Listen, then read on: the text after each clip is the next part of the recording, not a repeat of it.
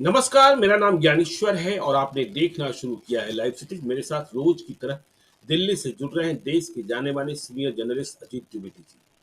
अजीत जी, चुनाव के समय लालू यादव न बोले, यह संभव कहाँ है? और बोलना भी जरूरी है।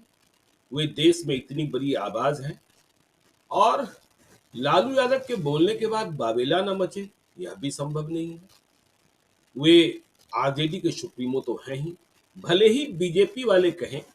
उनके बोलने के बाद कहा भी जा रहा है कि लालू यादव तो अब गैर प्रासंगिक हो गए, लेकिन बिहार की राजनीति में लालू यादव की प्रासंगिकता बनी हुई है, यह हम और आप समझते हैं। भले शक्ति में कुछ क्षरण हुआ हो, तेजस्वी यादव ने कमान संभाल ली हो, तो आज लालू यादव ने एएनआई को एक्सक्लूसिव इंटरव्यू दिया और उन्होंने आंख निकालने तक की बात कही। पहले मीशा भारती ने कहा था, बवाल हुआ, सरकार बनी तो मोदी जेल में जाएंगे। आज लालू यादव बोले, देश की गरीब जनता, देश की वंचित जनता और देश की दलित जनता आंख निकाल लेगी। क्यों आंख निकाल लेगी? लालू यादव कह रहे हैं कि ये 400 पार की बात क्यों कर रहे हैं? 400 पार तो होना नहीं है, भय पैदा करने की कोशिश कर रहे हैं, घबराहट में है। और 400 पार की बात इसलिए की जा रही है क्योंकि ये संविधान बदलना चाहते हैं। हालांकि प्रधानमंत्री नरेंद्र मोदी ने कहीं इस बात का जिक्र नहीं किया है, लेकिन हाँ, बीजेपी के कई नेता कहते रहते हैं। लालू यादव ने कहा कि जब नेता कहते रहते हैं तो उनके खिलाफ कार्रवाई क्यों नहीं होती है? इसका मतलब है कि प्रधानमंत्री नरेंद्र मोदी की मंशा ठीक नहीं है।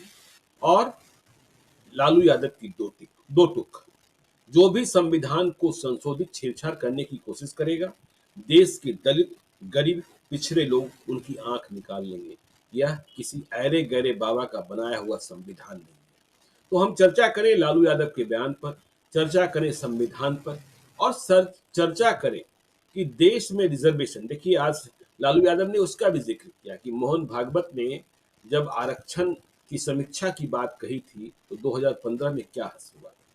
और चर्चा करें राशन की, रिजर्वेशन, कॉन्स्टिट्यूशन और राशन, इन तीनों का क्या हो सकता है? कुछ हो सकता है क्या? इसको इसे कोई छेड़ सकता है क्या? अजीत जी। देखिए ज्ञानेश्वर जी, हमने देखा लालू प्रसाद का इंटरव्यू सुना हमने, जो उन्होंने इंटरव्यू दिया है। जी। उन्होंने कहा कि भाजपा के नेता कहते रहते हैं कि संविधान बदल देंगे। देखिए, अब ये तो बड़ा वेग टर्म है ना कि संविधान बदल देंगे, ये बहुत अस्पष्ट सी बात है। हम्म। बदल के क्या करेंगे? संविधान को समाप्त कर देंगे, दूसरा संविधान लिखेंगे, या उसी संविधान में कुछ चेंजेज करेंगे? जी। चेंजेज करेंगे तो क्या चेंजेज करेंगे? हम्म। और फिर ये बात किस नेता ने कही है? देखिए, एक कर्नाटक के बड़े नेता है, 5 बार के एमपी थे, अनंत हेगड़े। उन्होंने कहा था कि संविधान बदल देगी, भाजपा इस बार सरकार में आएगी, 400 उसके एमपी जीतेंगे तो संविधान बदल दिया जाएगा। जी। इस बार भाजपा ने उनको टिकट ही नहीं दिया। अनंत हेगड़े हम्म। वो फायरब्रांड नेता माने जाते हैं, बड़े पोलराइज करने वाले उनके बयान होते हैं, और वो बड़े लंबे अरसे से जुड़े रहे थे। जब ईदगाह मैदान का आंदोलन हुआ था जिसमें उमा भारती भी शामिल हुई थी, उनके ऊपर मुकदमे हुए थे। और कर्नाटक में बीजेपी की रास्ता बनाने वाले नेताओं में से हैं, लेकिन बीजेपी ने इस बार उनको टिकट नहीं दिया। उन्होंने कहा था कि संविधान बदल देंगे। जी। तो देखिए, संविधान बदलने की बात, जो कार्रवाई की बात होती है, कार्रवाई हम सब लोग देख रहे हैं कि अनंत हेगड़े को टिकट नहीं मिली है। हम्म। जहां तक बदलने की बात है, तो भारत का संविधान 106 बार बदला जा चुका है अभी तक, 106 बार। संशोधन आजादी हुए के हैं। बाद से 75 साल में कॉन्स्टिट्यूशन में जो अमेंडमेंट हुए हैं वो 106 अमेंडमेंट है। ये पिछले साल तक का जो आधिकारिक आंकड़ा है उसमें 106 बार संविधान में संशोधन हुआ है। तो संविधान बदला जाता है। संविधान, देखिए, बाबा साहब भीमराव अंबेडकर ने खुद ही कहा था कि कोई भी संविधान उतना ही अच्छा होता है जितना उसको चलाने वाला अच्छा होगा। जी। अगर चलाने वाला अच्छा है तो उस संविधान को बहुत अच्छे तरीके से चला लेगा। हम्म। चलाने वाला अगर खराब है, गलत है, चलाने वाले के मन में कोई उसकी नीयत में खोट है, तो उसी संविधान में ऐसे प्रावधान खोज लेगा कि उसका गलत इस्तेमाल कर देगा। और ये सब हम लोगों ने देखा है कि 1975 में जब इमरजेंसी लगी थी तो वो संविधान का प्रावधान ही है। बिल्कुल। संविधान का प्रावधान है 352, 356। ये भारत का संविधान है जिसमें इंटरनल अशांति होने पर, आंतरिक अशांति होने पर, बाहरी खतरा होने पर, आर्थिक अशांति होने पर इमरजेंसी लगाने के प्रोविजंस है। सैकड़ों, मतलब कितनी ही बार लगे हैं, दर्जनों बार राज्यों में राष्ट्रपति शासन लगा है, संविधान के जरिए ही लगा है। तो ये जी, प्रावधान सब है। तो अगर कोई बुरा आदमी है, वो उसी संविधान के प्रोविजन का गलत इस्तेमाल करेगा। अच्छा चलाने वाला आदमी है तो अच्छा इस्तेमाल करेगा। संविधान बदला जाता है और संविधान बदलने के लिए 400 आदमी की जरूरत नहीं है। अभी जैसे 303 ही लोकसभा में सांसद थे बीजेपी के, तो बीजेपी ने कितने बड़े बड़े संशोधन कर दिए। हुँ, उसने अनुच्छेद 370 हटा दिया जम्मू कश्मीर का, जिसको लेकर के इतना विवाद था। इसी लोकसभा में, 17वीं लोकसभा में उसके 303 थे, तो किसने रोक लिया उसको? जी, रोक तो नहीं सकते थे आप। इसके पहले अल्पमत की सरकारों ने 5 साल तक कांग्रेस ऐसी सरकार चलाई है जिसमें उसके सिर्फ 145 सांसद थे। और तब भी बड़े बड़े संशोधन हुए, बड़े बड़े समझौते हुए और उनको पार्लियामेंट से मंजूरी दी गई। जो अमेरिका के साथ न्यूक्लियर डील हुआ जिस समय, उस समय कांग्रेस के पास तो सिर्फ 145 सांसद थे। तो बिल्कुल। संविधान बदलने के लिए, संविधान में कोई संशोधन करने के लिए जरूरी नहीं है कि आपके पास 400 एमपी। आप बहुमत की सरकार है आपकी, आपको या आपके गठबंधन को बहुमत है, आपको लगता है कि कोई संविधान का प्रोविजन ऑब्सोलेट हो गया है, पुराना हो गया है, उसमें कुछ चेंज करने की जरूरत है, तो वो चेंज किया जा सकता है। जी, तो इसलिए संविधान बदलने वाली बात उतनी इंपॉर्टेंट नहीं है ज्ञानेश्वर जी, जितनी इसके पीछे की राजनीति है। हुँ, इसके पीछे की जो राजनीति है, वो वही राजनीति है जो अभी आपने कहा मोहन भागवत वाले बयान। जी, इस संविधान में किस चीज का डर दिखाया जा रहा है कि बीजेपी संविधान में क्या बदल सकती है, हुँ, जिसको लेकर के बीजेपी भी बैकफुट पर है। वो चीज है आरक्षण। जी, ये बार-बार जो अभी लालू प्रसाद ने कहा, इसके पहले जो कांग्रेस कह रही है, वो अब जो एक बड़ा तबका है इस देश का, जिसमें अनुसूचित जाति है, अनुसूचित जनजाति है, पिछड़ी जातियां हैं, जिनको आरक्षण का लाभ मिलता है संविधान के प्रावधानों के जरिए, उनको, उनके मन में हमेशा ये संशय रहता है, या ये संशय बैठा दिया गया है कि बीजेपी कभी संविधान बदल के आरक्षण की व्यवस्था को खत्म कर सकती है। जी, ये उनके मन में लगातार कंसिस्टेंटली कैंपेन करके उनके दिमाग में ये बैठाया गया है। और जबकि देखिए इंडिया ब्लॉक की पार्टियाँ कह रही हैं कि हम आरक्षण की सीमा को 75% तक ले जाएँगे, जैसा अभियान भी ले चल रहा है। जाएंगे। जी, बिल्कुल, एक तरफ कांग्रेस और दूसरी पार्टियां जो कर रही हैं इंडिया ब्लॉक की कि हम आरक्षण की सीमा बढ़ा के 75% करेंगे, उसके जी, साथ ही वो लोग कंसिस्टेंटली ये कैंपेन चलाते हैं कि बीजेपी आरक्षण विरोधी है। हुँ, और सचमुच कई बार बीजेपी के नेताओं के बयानों से ये लगा है कि आरक्षण की मौजूदा व्यवस्था, जिसको अफर्मेटिव एक्शन के तौर पर लागू किया गया, उसको बदला जाना चाहिए। और मोहन भागवत ने कहा था कि संविधान की समीक्षा होनी चाहिए, जिस पर 2015 का चुनाव गंवा दिया था बीजेपी ने बिहार में विधानसभा। जी, हुँ, तो उस तरह का माहौल बनाने की कोशिश, एक मंशा, उसकी राजनीति जो है, संविधान बदलने की बात कहने के पीछे यही राजनीति है हुँ, कि उस तबके को ये मैसेज दिया जाए कि बीजेपी आरक्षण खत्म कर सकती है। हुँ, संविधान में दूसरी इसके अलावा कोई ऐसी चीज नहीं है जिसको बदलने की जरूरत बीजेपी को हो। एक आध चीजें बिल्कुल। और है, हम लोग हुँ, आगे चर्चा करेंगे, लेकिन हुँ, आरक्षण सबसे बड़ा मुद्दा है। और आप याद करिए कि प्रधानमंत्री नरेंद्र मोदी ने इसका जवाब देने के लिए क्या कहा था। उन्होंने कहा था कि वो अपने जान की कीमत पर आरक्षण की रक्षा करेंगे। उनके जी, जीते जी कोई आरक्षण को हाथ नहीं लगा सकता है। ये बात उनको कहने की जरूरत इसीलिए पड़ी थी क्योंकि ये जो अपोजिशन है, इंडिया ब्लॉक है, ये एक संदेह पैदा कर चुका है पिछड़े और दलित और जो वंचित तबका है उसके मन में कि आरक्षण खत्म किया जा सकता है। हुँ, ये एक मंशा, मतलब एक संदेह पैदा किया गया है। इसीलिए प्रधानमंत्री को पहले तो ये कहना पड़ा कि मेरी जब तक मैं जिंदा हूं, संविधान नहीं, आरक्षण को कोई छू नहीं सकता है। और फिर अभी आपने 2 दिन पहले प्रधानमंत्री ने कहा कि संविधान हमारे लिए गीता, कुरान और बाइबल, ये जी, तीनों है। अभी 3 दिन हुँ, पहले प्रधानमंत्री ने ये बात कही है कि गीता, कुरान और बाइबल तीनों है। और देश में अब संविधान और लोकतंत्र की व्यवस्था इतनी मजबूत हो गई है कि अब स्वयं बाबा साहब अम्बेडकर भी आ जाए और चाहे संविधान बदलना, तो संविधान नहीं बदल सकते। ये जी, बात प्रधानमंत्री ने कही है। तो हुँ, ये कहने की जरूरत इसलिए पड़ी क्योंकि कहीं ना कहीं उनके मन में भी एक खटका लगा हुआ है कि कहीं लालू यादव और ये जो आरक्षण आरक्षण के जो सबसे जो मंडल कमीशन के आंदोलन के से उपजी जितनी पार्टियां हैं, चाहे वो हुँ, समाजवादी पार्टी हो या राष्ट्रीय जनता दल हो या जो डीएमके है, जो आरक्षण समर्थक जितनी पार्टियां हैं, वो ऐसा ना माहौल बना दे कि बीजेपी आरक्षण खत्म करने वाली जी, है। ये जब जब इंडिया ब्लॉक का कोई नेता कहे कि संविधान बदलने की बात हो रही है, तो हम लोग को समझना चाहिए कि वो कहना चाह रहे हैं कि आरक्षण खत्म करने की बात हो रही है। बिल्कुल, संविधान बदलने की बात कहने का मतलब है कि आरक्षण खत्म करने का भय दिखा। तो जी, ये भय दिखा करके वो उस तबके को, जो आरक्षण पाने वाला तबका है, उसको अपने साथ ले आने की एक कोशिश है। ये भय, उनके मन में संदेह पैदा करना है कि बीजेपी आरक्षण खत्म कर सकती है। तभी जी, बीजेपी बैकफुट पर है, तभी बीजेपी रक्षात्मक है हुँ, कि जवाब देना पड़ रहा है, सफाई देनी पड़ रही है। हुँ, जबकि हकीकत ये है ज्ञानेश्वर जी कि नरेंद्र मोदी की सरकार ने आरक्षण की सीमा बढ़ाई है, खत्म करने का बिल्कुल, तो छोड़ दिया। हुँ, उन्होंने 10%, इस सरकार ने 10% आरक्षण दिया ईडब्ल्यूएस को, जी, इकोनॉमिकली वीकर सेक्शन को एक आरक्षण दिया 10% का। उसके अलावा कई जगह जहां आरक्षण नहीं थे वहां आरक्षण लागू किया। हम्म, जैसे जो नीट की परीक्षा पास करते हैं बच्चे, मेडिकल में दाखिले का जो सेंट्रल पूल होता है, भारत सरकार का जो कोटा होता है, उसमें ओबीसी आरक्षण नहीं था, वो आरक्षण दिया नरेंद्र मोदी की सरकार ने, ओबीसी को आरक्षण दिया वहां। इसी जी तरह से जो सैनिक स्कूल है, नवोदय विद्यालय है, इन सब में भी ओबीसी का आरक्षण लागू किया है इसी सरकार ने। तो आरक्षण समाप्त करने की मंशा कहीं दिख नहीं रही है इस सरकार की।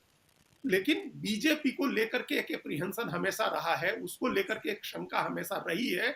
इसीलिए चुनाव के समय कांग्रेस और लालू प्रसाद, आरजेडी और दूसरी पार्टियों के नेता ये बार बार कह रहे हैं कि संविधान बदलने की कोशिश हो रही है, ताकि आरक्षण के का वो दिखाया जाए कि संविधान बदल के आरक्षण खत्म किया जा सकता है। ये राजनीति ये है, और इसी जी के लिए इसकी चर्चा हो रही है। जी, तो देखिए चर्चा हो रही है और फिर तुरंत बाद लालू यादव के तुरंत बाद, बयान के तुरंत बाद, इंटरव्यू के तुरंत बाद देखिए बीजेपी हमलावर हो गई। जेडीयू ने भी कहा कि देखिए आरक्षण मतलब संविधान बदलने की बात हो ही नहीं सकती है, आरक्षण को कोई खत्म नहीं कर सकता है। और सम्राट चौधरी ने कहा कि लालू यादव क्या कहेंगे, वे तो बीजेपी की मदद से ही मुख्यमंत्री बने थे ना, और अब तो वे गैर प्रासंगिक हो गए हैं। तो लालू यादव को आज भारतीय राजनीति में, या यूं कहें कि बिहार की राजनीति में, आप कितना गैर प्रासंगिक होता देख रहे हैं, या वे और उनका जलवा अब भी बरकरार है? देखिए, अभी लालू यादव की प्रासंगिकता बहुत ज्यादा है बिहार की पॉलिटिक्स में, अभी ये इस जी बात को हम लोग नहीं स्वीकार कर सकते हैं। हम्म, लेकिन अभी अभी कुछ बातें और ध्यान में जैसे आई, आपने वो किया आरक्षण, जो संविधान को लेकर के संविधान बदलने की जो बातें हैं। जी देखिए, कांग्रेस की जो सरकार थी, देखिए संविधान में जो 106 संशोधन हम लोग किए, उसमें एक हम्म, संशोधन हुआ था, 42वां संविधान संशोधन, जो इमरजेंसी के समय हुआ था। जी जब इमरजेंसी लगी हुई थी देश में, 1975 में इमरजेंसी लगी थी, और 76 में ये 42वां संशोधन हुआ था। हम्म, और उस 42वें संशोधन के जरिए एक झटके में संविधान के 41 अनुच्छेदों में बदलाव किया गया था। 41 जी अनुच्छेद बदले गए थे और हम्म, 13 नए अनुच्छेद जोड़े गए थे। ये इंदिरा गांधी की सरकार ने किया था। संविधान का पूरा पूरा एक तरह से उसके बाद ही उसी समय जो भारत जो सुप्रीम कोर्ट है, उसने जो बुनियादी ढांचे का सिद्धांत किया था, जो डेराइव किया था कि बुनियादी ढांचे को कोई नुकसान नहीं पहुंचा सकता है सरकार संविधान में संशोधन करते हुए, उस समय जो संशोधन हुआ था 42वां, वो संविधान के बुनियादी ढांचे को बदलने वाला था। जी लोकसभा का कार्यकाल बढ़ा करके 6 साल कर दिया गया था। हम्म, और उसी संविधान संशोधन में भारत के संविधान के प्रस्तावना में धर्मनिरपेक्ष और समाजवाद, ये दो शब्द जोड़े गए। जी ये जब संविधान अंगीकार किया गया था 1950 में, तो ये दो शब्द नहीं थे प्रस्तावना में। ये हम्म, इंदिरा गांधी की सरकार ने जोड़ा था, समाजवाद और धर्मनिरपेक्षता। तो ये दोनों, एक जो दूसरा खतरा, जो आरक्षण खत्म करने के अलावा जो दूसरा खतरा दिखता है जब बीजेपी के लोग या संविधान बदलने की बात कहते हैं या उन पर आरोप लगता है, तो यही खतरा दिखाया जाता है। क्योंकि बीजेपी के कई लोगों ने कहा है कि ये धर्मनिरपेक्षता शब्द हटाया जाना चाहिए है कॉन्स्टिट्यूशन के प्रियम्बल में से, प्रस्तावना में से। जी जी क्योंकि हमारे जो पेरेंट्स थे, जिन लोगों ने संविधान बनाने वाले जो पेरेंट्स थे, हमारे जो संविधान के पेरेंट्स थे, उन लोगों ने नहीं रखा था इस शब्द को, और हम्म, समाजवाद शब्द को भी नहीं रखा था। तो ये दोनों शब्द हटाना चाहिए है संविधान की प्रस्तावना में से। तो आरक्षण के अलावा एक खतरा ये होता है कि ये खतरा बताया जाता है कि धर्मनिरपेक्षता सबको हटाया जा सकता है और समाजवाद को हटाया जा सकता है। खैर, बाद में जब जनता पार्टी की सरकार आई 1977 में, तो उसने पूरे 42वें संशोधन को समाप्त कर दिया। एक जी 44वां संशोधन लाया गया और उस संशोधन के जरिए तमाम पुरानी चीजों को स्टैब्लिश किया गया। जी उसने धर्मनिरपेक्षता और समाजवाद शब्द को रहने दिया, और मौलिक अधिकारों में एक अधिकार था, संपत्ति के अधिकार को वहां समाप्त किया गया, उसको मौलिक अधिकार माना जाता था। तो हम्म, ये सब 44वें संशोधन में हुआ 1977 में। तो ये संविधान बदलने की जो अभी बात हो रही थी, जो पहले एक बात छूट गई जी थी जो आरक्षण के अलावा, वो ये है कि धर्मनिरपेक्षता शब्द न हटे।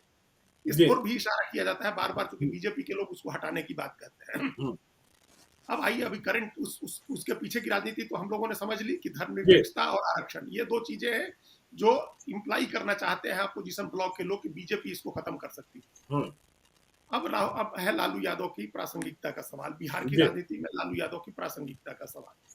देखिए, लालू यादव से ज्यादा जो पॉलिटिक्स को, सोशल इक्वेशंस को, सोशल फैब्रिक्स को डिवाइड करने वाला कैरेक्टर इस देश की पॉलिटिक्स में बहुत कम हुआ है। हम्म, जो उतना ज्यादा विभाजन कर सकता हो कोई आदमी सोसाइटी का, जी वो लालू यादव ने किया। 90s में देखिए, मंडल कमीशन की रिपोर्ट पूरे देश में लागू हुई थी। हम्म, बगल के राज्य में मुलायम सिंह यादव मुख्यमंत्री बने थे, लेकिन उत्तर प्रदेश में उस तरह का डिवीजन नहीं हुआ सोसाइटी का, जिस तरह का डिवीजन 90s में बिहार में हुआ। जी, और बहुत बाद तक अभी भी उस विभाजन की रेखा अब थोड़ी मिटने सी लगी है, लेकिन वो विभाजन बड़ा स्पष्ट है। जी, वो तो उस समय राजनीतिक स्थितियां ऐसी बनी कि लालू यादव के बरक्स आरएसएस और बीजेपी ने मिलकर के नीतीश कुमार को खड़ा किया, और नीतीश कुमार एक दूसरे पिछड़े नेता उभरे जिन्होंने एक वैकल्पिक राजनीति जमाई, तो वो विभाजन की रेखा थोड़ी मिटनी शुरू हुई। नहीं तो अगड़ा और पिछड़ा का जो विभाजन था, अभी आज की पीढ़ी के लोगों को पता नहीं होगा, लेकिन हम लोगों ने तो देखा हुआ है 90s में इस तरह का बिल्कुल। विभाजन, इस तरह का विश्वास था समाज में। और पॉलिटिक्स के लिए कास्ट का किस तरह से इस्तेमाल होता था, हमेशा उससे आप इनकार नहीं कर सकते कि कास्ट हो पॉलिटिक्स में, लेकिन उस समय बुनियादी तत्व अगर बिहार में है कास्ट, तो उसके पीछे लालू यादव की राजनीति का हाथ। तो आज भी कभी भी ये संभावना, देखिए बीजेपी बार बार इसलिए कहती है कि लालू अप्रासंगिक हो गए, क्योंकि जी, उनको ये डर आता है कि लालू यादव कभी भी अपने चेहरे पर पिछड़ी जातियों को मोबिलाइज कर सकते हैं। जी, 2015 में सब लोगों ने देखा, खैर उस समय लालू और नीतीश दोनों लोग साथ में थे, हुँ, लेकिन लालू यादव पिछड़ों के मसीहा रहे हैं। और हुँ, ये बात एकदम बिहार में कई जातियां, काफी सारी पिछड़ी वंचित जातियां इस बात को मानती हैं कि उनकी वजह से उनको सम्मान मिला, उन जातियों को लालू यादव की वजह से। लालू यादव ने एक स्ट्रेंथ दिया उनको, एक ताकत दी उनको, उनके अंदर की राजनीतिक महत्वाकांक्षा जगाई लालू यादव ने। जी, नहीं तो लोग अपने नहीं देखते थे, जो पिछड़ी और अत्यंत पिछड़ी जातियां थी, भले समाज में बहुत कन्फ्लिक्ट नहीं था, बड़ा अपमान नहीं होता था बाकी दूसरे राज्यों की तरह। बिहार में हमने उस तरह से नहीं देखा कि पिछड़ी जातियों को बहुत अपमानित करता हो कोई आदमी, लेकिन पिछड़ी जो जातियां थी वो सत्ता में आने, सरकार अपने हाथ में लेने, पॉलिटिकल पावर लेने के सपने नहीं देखती। जी, वो सपने लालू यादव ने दिखाए कि पिछड़ी जातियों का आदमी मुख्यमंत्री बन सकता है, और हुँ, लंबे समय तक मुख्यमंत्री बना रह सकता है, उसका सांसद बन सकता है, उसका विधायक बन सकता है, उसका मंत्री बन सकता है, वो भी पावर अपने हाथ में ले सकता है, ठेकेदारी कर सकता है, बड़े ठेके हासिल कर सकता है, वो बस चलवा सकता है, रंगदारी कर सकता है। तो ये सारी चीजें जो हुई, ये इसके पीछे लालू यादव की ताकत थी, उनकी एक राजनीति थी। उस राजनीति के बीज खत्म नहीं हो गए, वो पेड़ सूख नहीं गए हैं बिहार में। जी, अब किसी भी समय अगर पिछड़ा अगड़ा का पोलराइजेशन हो जाता है, किसी किसी भी वजह से हो जाता है, और अगर जब तक लालू यादव का चेहरा है तब तक ये वास्तविक संभावना है कि कभी भी हो सकता है, तो उसका सबसे बड़ा नुकसान भारतीय जनता पार्टी की राजनीति को होगा। जी, लालू यादव इस वजह से भी अप्रासंगिक नहीं हुए हैं कि लालू यादव ने जो एमओआई का समीकरण बनाया था, उसका 32% वोट लेकर के वही आरजेडी की ताकत है, विपक्ष जी, की वही ताकत है जो लालू यादव ने एक समीकरण बनाया था। और हुँ, उनके रहते तो ये समीकरण नहीं टूटने वाला है। अब माई में बाप कितना जोड़ पाते हैं तेजस्वी यादव, लेकिन माई समीकरण नहीं टूटेगा, तो उसका कारण भी लालू यादव है कहीं ना कहीं। इसका दूसरा पहलू भी है कि नहीं इसी ठीक है। वजह, यादव की जी, वजह से ही कई दूसरी जातियां हैं जो नहीं जुड़ती हैं आरजेडी के साथ। जी, और हम लोगों ने इस पर पहले चर्चा भी की है, बिहार के लोगों ने देखा भी है कि किस तरह से 15 के बाद के चुनाव में जब तेजस्वी यादव बहुत सक्रिय हुए, तो पोस्टर से और होर्डिंग से लालू यादव की तस्वीरें हटा दी गई थी, बिल्कुल, हुँ, ताकि जब जंगल राज की बात करें अपोजिशन के लोग, तो लालू यादव का चेहरा दिखाएंगे, तो जी, लालू यादव का चेहरा नहीं है। तो हुँ, ये इसका ड्रॉबैक है। लेकिन अगर उस नजरिए से भी देखें तो अप्रासंगिक तो नहीं हुए। नहीं हुए, जब बिल्कुल नहीं हुए, बिल्कुल नहीं। जब फ्रेंच प्रधानमंत्री ने कहा है कि बीजेपी के लोगों से कहा है कि आप पुराने लोगों को ले आइए, जंगल राज की याद दिलाइए, तो जंगल राज की याद तो लालू प्रसाद की याद तो आप ही दिखा रहे हैं। जी, अगर लालू यादव अप्रासंगिक हो गए हैं, तो आपको ये याद दिलाने की क्या जरूरत है जंगल राज की? तो लालू यादव को तो बीजेपी भी अप्रासंगिक नहीं होने देगी बिहार की जी, पॉलिटिक्स में। बिल्कुल, बिल्कुल, तो लगता है जी, कि जब तक वो है तब तक जो विभाजन था बिहार की सोसाइटी का, समाज का, उस विभाजन का लाभ बीजेपी को मिल रहा है। जब तक वो है, तो उनको बीजेपी भी अप्रासंगिक नहीं होने देगी, भले बीजेपी चुनाव भी अप्रासंगिक, जी, बिल्कुल, बीजेपी भी अप्रासंगिक नहीं होने देगी। और देखिए एक बात तो और है ना कि लालू यादव ने जो वृक्ष लगाया, पेड़ लगाया और जिस तरीके की राजनीति की, जो आपने सोशल फैब्रिक्स की बात की, सोशल इंजीनियरिंग की बात की, अब बिहार में कोई सवर्ण, कोई ब्राह्मण, भूमियार, राजपूत, कायस्थ नहीं सोच सकता है कि वह बिहार का मुख्यमंत्री होगा। इस बार तो भूमियारों ने जश्न मना लिया, चलो मुख्यमंत्री नहीं, उप मुख्यमंत्री तो हो गए। हाँ, तो ये तो लालू यादव की ही देन है ना कि 1990 के बाद बिहार में जो नई राजनीति हुई कि सबन पीछे चले गए और पिछड़े आगे आ गए। देखिए यह बात भी सही है कि आबादी उनकी अधिक है, हिस्सेदारी अधिक मांगते हैं। यह बात भी सही है कि 1990 के पहले बड़ी जातियों के लोग उन्हें हेय दृष्टि से देखते थे, बराबरी से बैठने नहीं देते थे। यह बात भी सही है। कहा जाता था कि गाय द्वारा पर ले आना यही दुहना, और अब आपको दूध लेने के लिए या तो उनके खटाल में जाइए या फिर अपना सोचिए। तो ये तो लालू यादव की देन है ना। बिल्कुल है, बिल्कुल है। और ये जो देखिए, और भी दूसरे राज्यों में ज्ञानेश्वर जी। जी, पिछड़ी जाति की आबादी 50-52% ही है। हुँ, लेकिन कहीं भी इस तरह का पोलराइजेशन नहीं हुआ, इस तरह का विभाजन नहीं हुआ, या ये स्थिति नहीं बनी कि उस राज्य में कोई अगला सोच ही नहीं सकता है कि वो मुख्यमंत्री बने। हुँ। ऐसा नहीं है। राजस्थान में भी पिछड़ी जातियों की आबादी 50-52% है, लेकिन वहां बना ना ब्राह्मण मुख्यमंत्री। बिहार में नहीं सोचा जा सकता। उत्तर प्रदेश में भी 52-54% आबादी है, और पिछले 8 साल से ज्यादा समय से, 17 से लेकर के 7 साल से ऊंची जाति अगड़ी जाति के मुख्यमंत्री है वहां। लेकिन बिहार में ऐसा नहीं सोचा जा सकता है, और जी, इसलिए बिल्कुल। नहीं सोचा जा सकता है हुँ, क्योंकि एक तो राजनीतिक रूप से बहुत जागरूक प्रदेश पहले से भी था बिहार में, लेकिन लालू यादव की राजनीति ने और उसके बाद नीतीश कुमार की राजनीति ने भी पिछड़ी जातियों के मन में एक एस्पायरेशन जगा दिया, एक आकांक्षा पैदा कर दी कि सत्ता पर तो उनका हक बनता है, सत्ता तो जी, उन्हीं को मिलनी चाहिए है। अब चाहे यादव मुख्यमंत्री हो, कुर्मी हो, कोयरी हो, किसी समय कोई दूसरी जाति बने, लेकिन पिछड़ी जाति ही बने। देखिए, और अभी हम लोगों ने थोड़े दिन पहले देखा, केंद्र में एक मंत्री बनाने की बात आई थी, तो आरसीपी सिंह बिल्कुल। मुख्यमंत्री वहां केंद्र में मंत्री बने थे। तो हुँ, अगर एक आदमी केंद्र में मंत्री बनना है, तो वो भी पहली बारी पिछड़ी जाति की आएगी। जी, तो और बिहार में मुख्यमंत्री बनना है, तो वो पिछड़ी जाति की ही का ही अधिकार होगा उस पर बनने का। तो ये एक राजनीति जो एक तरह से पहले का जो अतिवाद था, वो जी, भी अति था, एकदम वो भी अति ही थी कि देखिए 1985 से 90 तक कांग्रेस पार्टी की सरकार थी, तो कांग्रेस ने 5 आदमी को मुख्यमंत्री बनाया।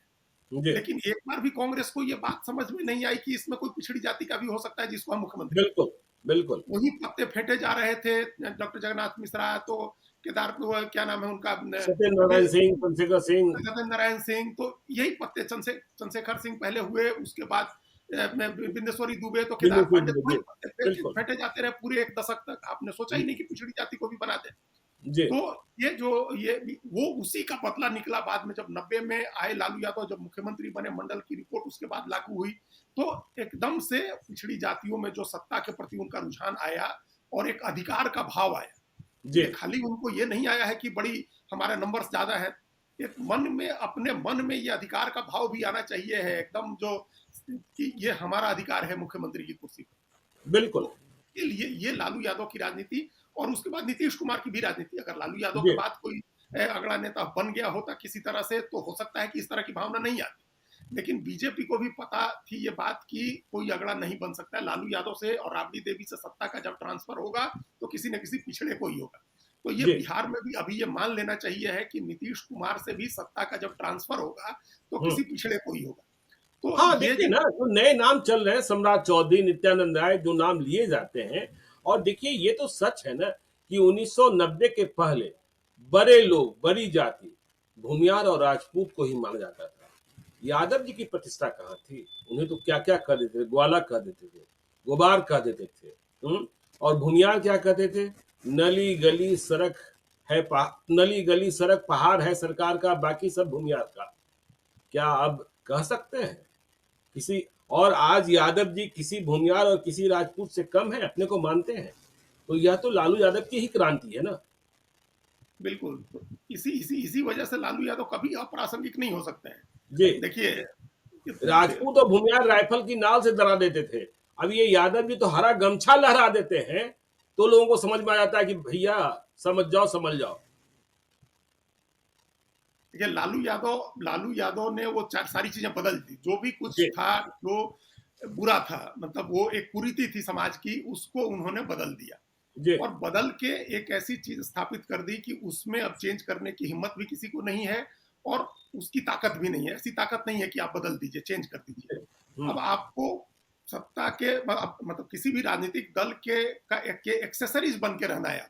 बिल्कुल। आप इंजन चेसिस नहीं हो सकते हैं। हुँ, आपको जो है एक्सेसरीज बनना है। जैसे गाड़ी आप जी, खरीदते हैं, तो कुछ हुँ, एक्सेसरीज बाहर से लगवाते हैं, रियर व्यू मिरर लगवाए, बढ़िया सीट कवर लगवा लिए, तो ये बढ़िया हेडलाइट के ऊपर कुछ डिजाइन लगवा ली, तो आप एक्सेसरीज हैं।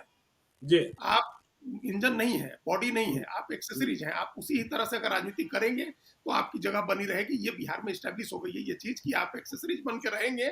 लालू यादव के साथ रहें, या नीतीश कुमार के साथ रहें, या बीजेपी के साथ रहे, तो आपकी प्रासंगिकता बनी रहेगी।